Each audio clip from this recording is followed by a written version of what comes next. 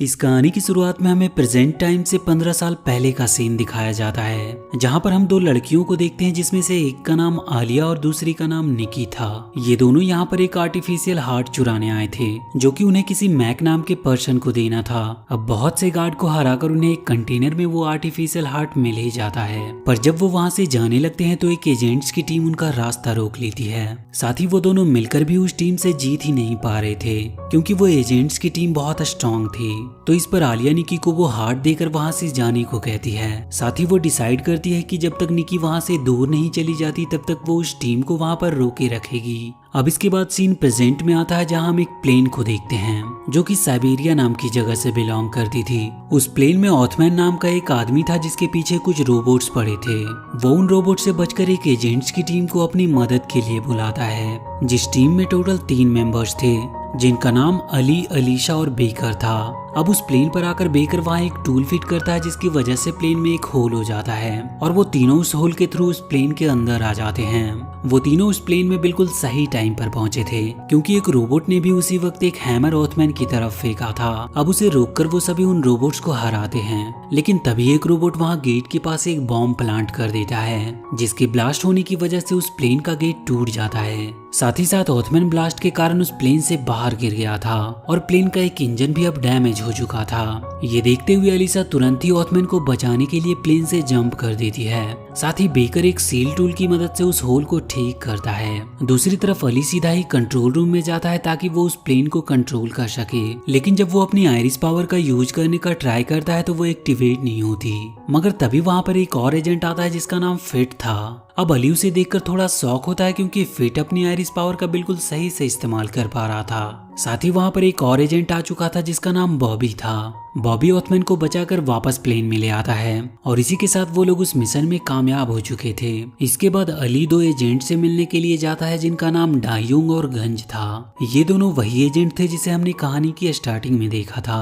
अली उन दोनों से एजेंट फिट के न्यू आयरिस ग्लासेस के बारे में पूछता है, तो वो दोनों अली को बताते हैं कि ये आयरिस बिल्कुल नया मॉडल का है। साथ ही इसे आयरिश नियो नाम की कंपनी ने बनाया है और अभी तक ये सिर्फ एजेंट बॉबी और एजेंट फिट को ही दिया गया है। साथ ही मॉडर्न होने की वजह से इसमें बहुत सारे नए फीचर्स हैं, लेकिन ये आयरिश नियो बिल्कुल नई कंपनी है, जिसके कारण अभी भी उसकी टेस्टिंग ही चल रही है। वो अली को बताते हैं कि अगर वो इसे यूज करता है तो इससे वो अपने आसपास के सिस्टम्स को, जो कि रोबोट्स में भी इंस्टॉल होते हैं, इन सभी को वो कंट्रोल कर सकता है। लेकिन इसके इतना पावरफुल होने की वजह से जो कोई भी उसे यूज करता है वो अपना माइंड कंट्रोल खो देता है। लेकिन अब डायोंग अली से कहता है कि उसने एक तरीका ढूंढा है जिससे वो इस चीज को रोक सकती है, लेकिन वो दोनों ही अभी अली को ये दे नहीं सकते थे जब तक कि इस चीज की सही से ट्रेनिंग न हो जाए। अब इसके बाद सीन अली के घर पर शिफ्ट होता है, जहाँ पर हमें पता चलता है कि अली अपने फादर के साथ रहता है, क्योंकि अब उसकी मॉम इस दुनिया में नहीं रही। उसके डैड हमेशा अपने काम में बिजी रहते थे, इस वजह से वो अली पर ज्यादा ध्यान नहीं दे पाते। अब एक दिन विक्टर और उसकी मदर अली के घर पर आते हैं, पर विक्टर की मदर को देखकर अली थोड़ा जेलस फील कर रहा था, क्योंकि विक्टर और उसकी मदर का रिलेशन बहुत अच्छा था, जबकि उसके फादर हमेशा अपने बिजनेस में ही बिजी रहते थे। अब उसी दिन शाम को अली अपने घर के बेसमेंट में गया था, तो तभी उसे वहाँ पर एक बॉक्स मिलता है जिसमें उसकी मॉम की बहुत सारी चीजें रखी हुई थी। अब यहाँ पर हमें पता चलता है कि अली की मॉम कोई और नहीं बल्कि आलिया ही है, जिसे हमने कहानी की शुरुआत में आर्टिफिशियल हार्ट चुराते हुए देखा था। अली को उस बॉक्स में एक पेन ड्राइव भी मिलती है, मगर जब वो उसे कनेक्ट करता है तो वो ओपन ही नहीं होती। पर वो ये भी नोटिस करता है कि उस पेन ड्राइव पर एक बर्ड का लोगो बना हुआ था। अब इसके बाद हम देखते हैं कि उसे अपने दोस्त बेकर का फोन आता है। बेकर उससे कहता है कि उसे एक अर्जेंट मिशन के लिए जाना होगा, तो अली उसकी बात मानकर तुरंत ही उसकी बताए गए लोकेशन पर पहुंच जाता है। पर जब वो वहां पहुंचता है तो उसे पता चलता है कि बेकर तो सिर्फ उसे वहां पर अलीशा के साथ खाना खाने बुला रहा था और इसीलिए उसने ये मजाक किया था।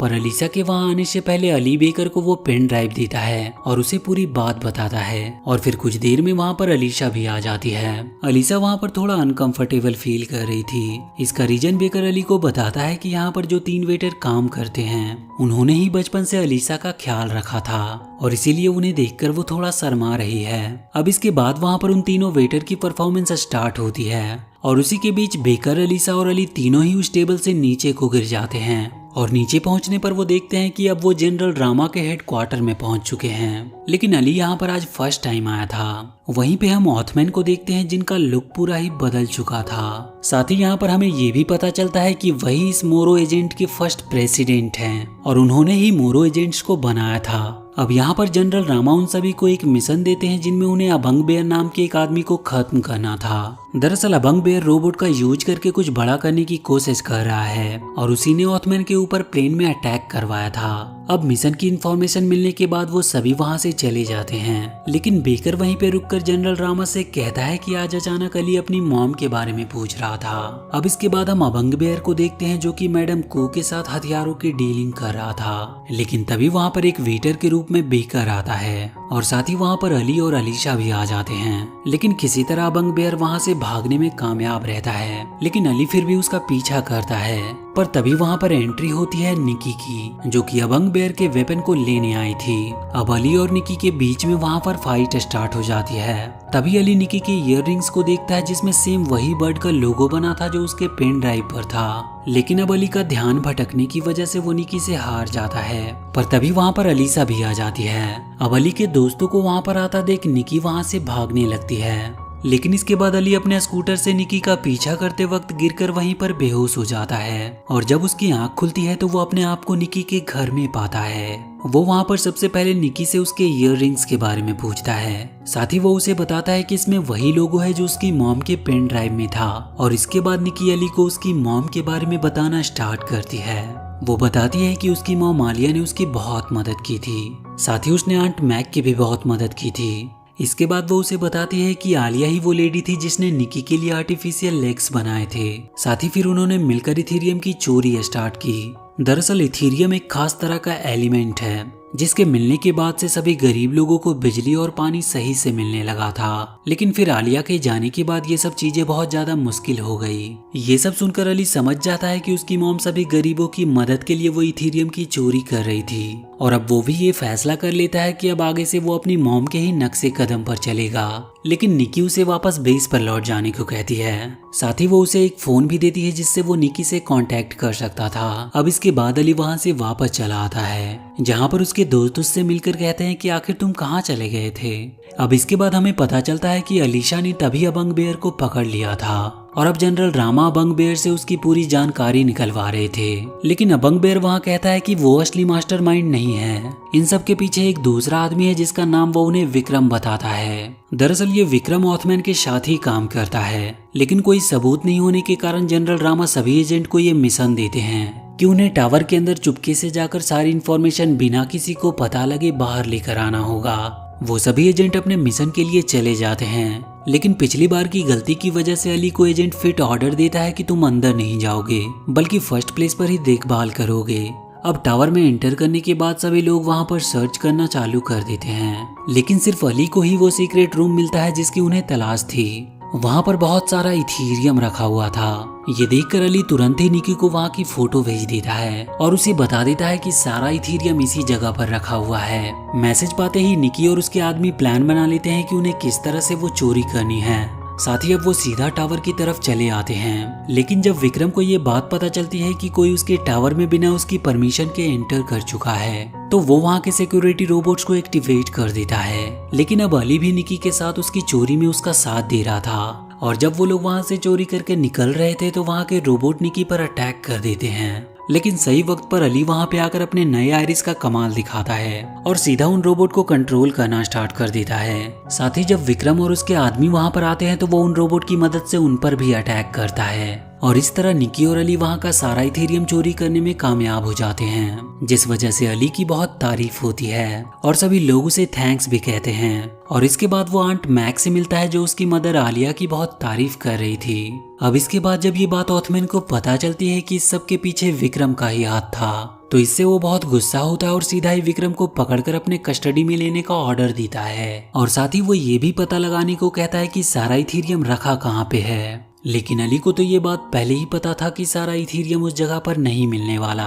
अब जब वो लोग वहाँ पर पहुँचते हैं तो उन्हें वो सभी कंटेनर खाली मिलते हैं। वैसे अभी तक किसी को भी अली की बात पता नहीं चली थी, लेकिन इसके बाद एक दिन आ ही जाता है जब अलीसा को पता लग जाता है कि सारी चोरी के पीछे अली का ही हाथ था। तो वो अली से एक कैफे में मिलती है और उसे ये सब बताती है। साथ ही वो उसे वो प्रूफ भी दिखाती है जिसमें कि साफ साफ पता चल रहा था कि इन सब के पीछे अली का ही हाथ है। लेकिन अब अली अलीसा से साफ साफ कह देता है कि अब वो सिर्फ एक एजेंट बनकर नहीं रह सकता, और इतना कहकर वो वहां से चला जाता है। लेकिन तभी हमें पता चलता है कि वहां पर एजेंट बॉबी भी उनके ऊपर नजर रखे हुए था। अब जब अली वहां से निकलता है तो उसे ऐसा लगता है कि जैसे कोई उसका पीछा कर रहा हो, और इसीलिए वो एक शॉप में चला आता है जहां पर उसे बेकर मिलता है। बेकर अली को बताता है कि मोरो को पहले ही पता चल चुका है कि तुम दुश्मन का साथ दे रहे हो। अब अली वहां से निकलने ही वाला था कि तभी वहां पर दो एजेंट आ जाते हैं और वो अली को रोकने की कोशिश करते हैं, पर तभी बेकर उस एजेंट को रोककर अली को वहां से भगाने में उसकी मदद करता है। अब अली सीधा निकी को फोन करता है और उससे कहता है कि उसे मदद की जरूरत है, जिस पर निकी उससे कहती है कि उसे उसी की जगह पर आना होगा, तभी वो उसे प्रोटेक्ट कर पाएगी। अब अली जिस मॉल के अंदर होता है उसे वहाँ पर एजेंट बॉबी मिलता है, जिसके साथ उसकी फाइट होने लगती है। लेकिन किसी तरह वो बॉबी को हरा देता है और एक किक मारकर उसके आयरिस को तोड़ देता है। लेकिन जब अली के जाने के बाद वहाँ पर एजेंट फिट आकर बॉबी की हालत देखता है तो वो डिसाइड कर लेता है कि उन्हें किसी भी हालत में अली को अरेस्ट करना ही होगा। इधर अब अली उस जगह पर पहुंच चुका था जहां पर उसे निकी ने आने को कहा था, पर जैसे ही वो उस जगह के अंदर जा ही रहा था कि तभी वहां पर एजेंट फिट आ जाता है और वो अली को मार पीट कर उससे किसी तरह उसका आयरिस छीन लेता है। साथ ही एजेंट फिट अली को मारने ही वाला था, लेकिन तभी वहां पर बेकर और अलीसा आ जाते हैं और आकर वो एजेंट फिट को रोककर उन्हें समझाने लगते हैं। लेकिन इसी बीच अली को टाइम मिल गया था वहां से निकलने का, तो वो सीधा ही निकी के उस जगह के अंदर चला जाता है। साथ ही अब जैसे ही एजेंट फिट, अलीसा और बेकर उस जगह के अंदर जाते हैं तो वहां का एग्जिट डोर ही बंद हो जाता है। अब जब एजेंट फिट अपने आयरिस से अली को ढूंढने की कोशिश करते हैं तो उन्हें वहां पर अली कहीं दिखता नहीं, और तभी अचानक निकी अपने आदमी को लेकर वहां पर आ जाती है। और अब पहले तो वो एजेंट फिट का आयरिस निकाल लेती है और फिर उन्हें मारने लगती है। साथ ही उसके आदमी अलीशा और बेकर पर भी अटैक कर रहे थे।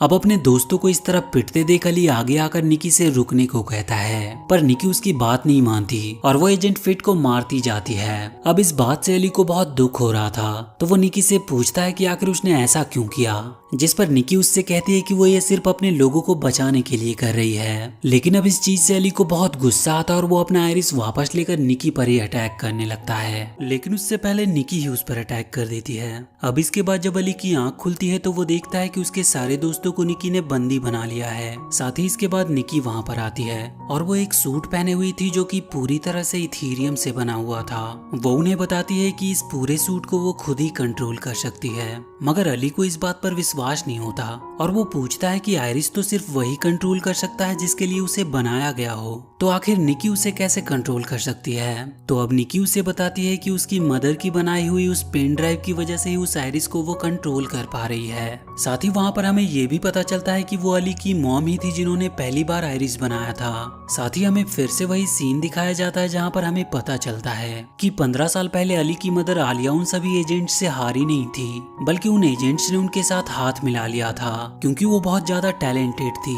लेकिन इस चीज को देखकर निकी को बहुत गुस्सा आया क्योंकि उसे लगा कि आलिया ने उसे धोखा दिया है, और इसीलिए अब वो आलिया से रिवेंज लेने के लिए एक रॉकेट टावर की तरफ चलाने का प्लान बनाती है। लेकिन तभी वहां पर आलिया आकर उसे रोक देती है। लेकिन मौका मिलने पर निकी आलिया से वापस उस रॉकेट का कंट्रोल छीन लेती है और उसे सीधे ही उस टावर की तरफ भेज देती है। पर इस सब को देखते हुए आलिया को लगता है कि इससे बहुत सारे बेगुनाह लोगों की जान जा सकती है, इसीलिए अब वो तुरंत ही अपने आयरिस की पूरी पावर का इस्तेमाल करके उस रॉकेट को कंट्रोल करने की कोशिश करती है। लेकिन इतनी ज्यादा पावर यूज करने की वजह से वहीं पर आलिया की डेथ हो जाती है। अब ये सब बातें जानकर सभी लोग बहुत ज्यादा शॉक हो चुके थे। साथ ही सबसे ज्यादा शौक वहाँ पर अली को हुआ था क्योंकि वो उस लड़की की मदद कर रहा था जिसकी वजह से उसकी मदर की जान गई थी। अब इसके बाद हम देखते हैं कि बाहर विक्रम आ चुका था और निकी भी बाहर जाकर विक्रम से फाइट करने लगती है, और इस तरफ अली बहुत ज्यादा ही निराश लग रहा था क्योंकि उसकी जो हरकतें उसने की थी वो उसे बहुत दुखी कर रही थी। मगर तभी उसे रोता देख अलीशा उसे मोटिवेट करती है और तभी वहाँ पर आंट मैक आती है जो कि उनको वहाँ से छुड़ा देती है, और साथ ही वो अली को उसका आयरिस भी वापस कर देती है। अब इसके बाद अली, अलीशा और बेकर डिसाइड करते हैं कि वो निकी को किसी भी हाल में रोकेंगे, और इसके बाद सीन शिफ्ट होता है स्टेडियम की तरफ जहाँ पर ओथमैन अपने सारे सिटीजन्स को एक स्पीच दे रहा था, और तभी वहाँ पर निकी आती है जो अपने आदमियों और कुछ रोबोट्स के साथ थी, और वो आते के साथ ही उन पर अटैक करने लगती है और उसके सभी रोबोट्स ओथमैन को घेर लेते हैं। और वो उसे शूट करने ही वाले थे, लेकिन सही समय पर अली वहां पर आकर एक बैरियर बना लेता है, जिसकी वजह से ओथमन उनकी गोलियों से बच जाता है। और फिर वहां पर अली और निकी के बीच में फाइट स्टार्ट हो जाती है, लेकिन तभी वहां पर सभी एजेंट्स भी आ जाते हैं और वो सभी साथ मिलकर निकी से फाइट करने लगते हैं। पर अब निकी ऑथोराइज मोड का इस्तेमाल करती है, जिसकी वजह से वो सभी एजेंट्स के आयरिस को कंट्रोल कर पा रही थी, और आयरिस पहनने के कारण वो सारे एजेंट्स भी निकी के कंट्रोल में होते जा रहे थे। पर फिर अली को गुस्सा आ जाता और वो भी अपने ऑथोराइज मोड को ऑन करता है, और इसके बाद वो सभी एजेंट को एक के बाद एक हराते जा रहा था। पर जब उसकी फाइट निकी से होती है तब वो उससे जीत नहीं पाता। साथ ही वो अनकॉन्शियस होने के कारण आयरिस वर्ल्ड में पहुंच जाता है, और वहीं पे वो अपनी मदर आलिया को देखता है। वो अपनी मदर से कहता है कि वो निकी को नहीं हरा सकता, क्योंकि वो आज भी ऑथोराइज मोड को कंट्रोल नहीं कर पा रहा। लेकिन उसकी मदर उसे बताती है कि वो भी इस मोड को कंट्रोल नहीं कर पाई थी, और ये कोई लक की बात नहीं होती कि जिसका लक अच्छा है वो इसे कंट्रोल कर ले, बल्कि ये सिर्फ कैरेक्टर की कैपेबिलिटी पर डिपेंड करता है। अब इसके बाद अली वापस से नॉर्मल वर्ल्ड में आने को रेडी था। साथ ही इस बार वो बहुत ही कॉन्फिडेंट भी था कि वो इस बार इसे कंट्रोल कर लेगा। लेकिन फिर उसे पता चलता है कि इस मोड के बाद वो अपनी मदर की सभी यादों को भुला देगा, और साथ ही फिर कभी भी वो अपनी मदर से किसी दूसरे डायमेंशन में मिल नहीं पाएगा। पर फिर भी उसकी मदर उसे कन्विंस कर लेती है कि ये दूसरों की प्रोटेक्शन का सवाल है। अब उनकी बात मानकर अली वापस से नॉर्मल वर्ल्ड में आता है। साथ ही इस बार वो अपनी पूरी पावर के साथ आया था, क्योंकि अब वो इस मोड को पूरी तरीके से कंट्रोल कर पा रहा था। और अब उसने सभी एजेंट्स के आयरिस को भी डिस्कनेक्ट कर दिया था, और अब वो अपने ऑथोराइज मोड के साथ ही निकी से फाइट करता है, और निकी को बहुत जल्दी वो हरा भी देता है। हारने के बाद निकी उस सूट को और खुद को मारने का डिसाइड करती है। साथ ही वो उस सूट के सेल्फ डिस्ट्रक्शन बटन को ऑन भी कर देती है, लेकिन वो ऐसा करने में कामयाब नहीं रहती, क्योंकि आलिया पहले ही उससे ये सब पावर छीन चुकी थी।